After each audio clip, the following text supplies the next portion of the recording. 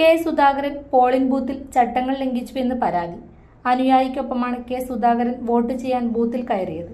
കൂടെ ഉണ്ടായിരുന്ന അനുയായി ജയന്ത് ദിനേശിനെതിരെയും പരാതിയുണ്ട്. സാധാരണ നിലയിൽ ഓപ്പൺ വോട്ട് ചെയ്യാൻ മാത്രമേ വോട്ടർക്കൊപ്പം ബൂത്തിനുള്ളിൽ ആളെ അനുവദിക്കാവൂ എന്നാണ് ചട്ടം. ഈ ചട്ടം ലംഘിച്ചെന്നാണ് പരാതി. വോട്ടിന്റെ രഹസ്യ സ്വഭാവം ഇല്ലാതാക്കി. ബൂത്തിനകത്തേക്ക് കെ സുധാകരന്റെ അനുയായി മൊബൈൽ ഫോൺ കൊണ്ടുപോകുകയും വോട്ട് ചെയ്യുന്നത് ചിത്രീകരിക്കുകയും ചെയ്തു എന്നീ ആരോപണങ്ങളാണ് പരാതിയിലുള്ളത്. യുവമോർച്ച സംസ്ഥാന വൈസ് പ്രസിഡന്റ് കെ ഷിജിലാണ് ദൃശ്യങ്ങൾ സഹിതം തെരഞ്ഞെടുപ്പ് കമ്മീഷന് പരാതി നൽകിയിരിക്കുന്നത്. വോട്ട് ചെയ്യുന്നത് ചിത്രീകരിക്കുകയോ പുറത്തുവിടുകയോ ചെയ്തിട്ടില്ലെന്നാണ് കെ സുധാകരന്റെ അനുയായി ജയന്ത് ദിനേശ് പറയുന്നത്.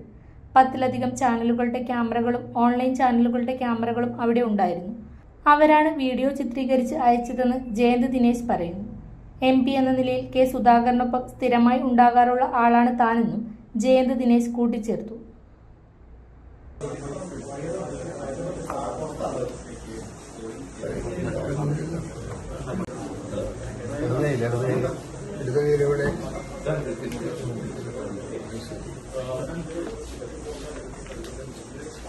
മാർക്ക് ചെയ്തല്ലേ എന്തുകൊണ്ടാണ്